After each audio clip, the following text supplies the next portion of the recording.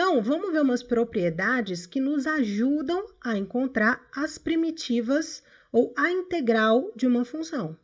Então, sejam as funções f e g, definidas em um intervalo no conjunto dos números reais, e c uma constante qualquer, um número qualquer. Então, ó, a integral da soma de duas funções é a soma das integrais. A integral de uma constante vezes uma função é a constante vezes a integral da função. Então, essas propriedades vão nos ajudar. Sempre que a gente tem uma soma de funções, ó, a gente pode calcular a integral da primeira e somar com a integral da segunda. E sempre que a gente tem uma constante multiplicando uma função, a gente pode passar a constante para o lado de fora da integral e integrar simplesmente a função. E também existe uma tabela de integrais básicas que nos ajudam a calcular as integrais. Então, essa tabela aqui, vocês podem ter ela em mãos, mas à medida em que vocês vão fazendo os exercícios, vocês vão acabar decorando várias delas. Então, algumas delas são, por exemplo, a integral de dx, o que representa isso? É como se aqui fosse 1 dx, ou seja, eu estou integrando a função constante igual a 1. A integral de 1 é x mais constante, porque quando eu derivo x mais uma constante, a derivada de x é 1 e a derivada da constante é 0. A integral de x elevado a n dx é dada pela fórmula x elevado a n mais 1, então a gente soma 1 no expoente e divide por n mais 1. Lembra lá no exemplo que a gente estava integrando x ao quadrado e a integral de x ao quadrado, a primitiva que a gente estava chamando lá, não era exatamente x ao cubo sobre 3? Porque a gente somou 1 no expoente, então o expoente ficou 3 e dividiu por 2 mais 1, que era 3. Então, essa propriedade é sempre válida para n diferente de menos 1. Porque quando n é igual a menos 1, x elevado a menos 1 é 1 sobre x, né? Então, nesse caso, a gente tem uma regra diferente. A integral de 1 sobre x dx é o ln, o logaritmo neperiano, que é o logaritmo na base e, de módulo de x mais uma constante. Tem outras básicas. Ó, a integral de e elevado a x é e elevado a x mais uma constante. Por quê? A derivada de e elevado a x é exatamente e elevado a x, né? Então, a integral continua no mesmo raciocínio. Só que para integral indefinida, a gente sempre soma uma constante. E assim, temos essa tabela aqui que vai nos ajudar a calcular integrais.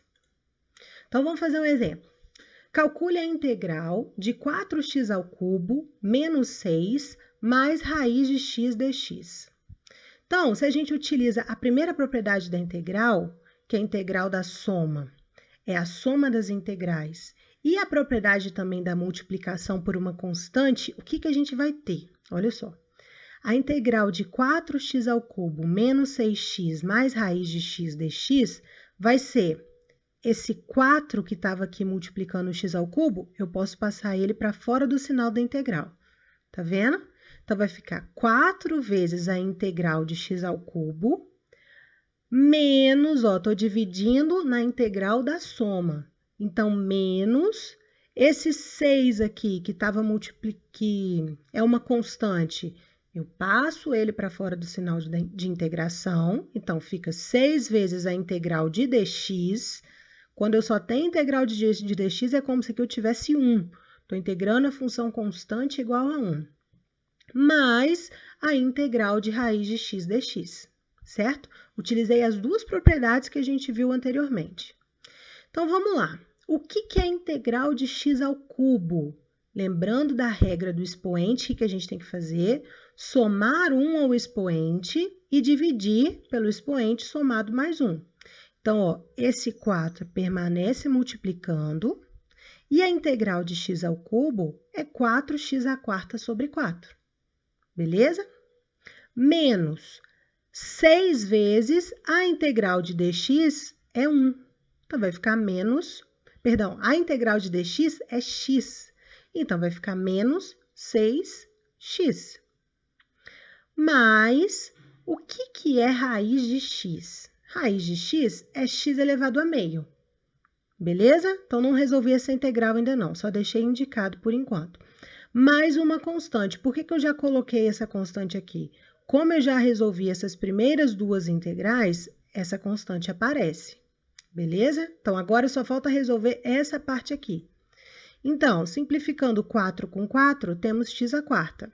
Então, x à quarta menos 6x, regra do expoente. O que é x elevado a meio, a integral disso? A gente soma 1 no expoente, então meio mais 1 é 3 meios, dividido por meio mais 1, que é 3 meios, mais a constante. Então, vou passar esse 3 meios aqui agora multiplicando. A integral da função, da função 4x ao cubo menos 6 mais raiz de x dx é x à quarta menos 6x mais 2x elevado a 3 meios sobre 3 mais uma constante. Pronto, resolvemos essa integral. Vamos ver mais um exemplo. Vamos resolver a integral de secante ao quadrado de x dividido por cossecante de x dx. Então, o que é secante ao quadrado dividido por cossecante? Secante ao quadrado é 1 sobre cosseno ao quadrado, né? Porque secante é 1 sobre cosseno, secante ao quadrado, 1 sobre cosseno ao quadrado. Cossecante é 1 sobre seno. Então, fazendo a divisão dessas duas frações aqui, fica a primeira vezes o inverso da segunda, beleza? Então, por enquanto, eu só estou mexendo com trigonometria. Então, isso é integral de 1 sobre cosseno vezes seno sobre cosseno. Por que eu fiz isso? Por que eu passei um dos cossenos no denominador para ser o denominador aqui do seno? Porque se eu faço isso, olha, 1 sobre cosseno é secante e seno sobre cosseno é tangente. E lá na minha tabela, eu sei qual é a integral de secante de x vezes tangente de x. Essa integral é secante de x mais uma constante. Então, perceba, eu fiz manipulações trigonométricas para eu poder chegar numa integral tabelada, numa integral que eu sei quem ela é. Então, a gente sempre tem que usar esse tipo de artifício, tentar chegar numa integral que a gente conhece ela, uma integral tabelada.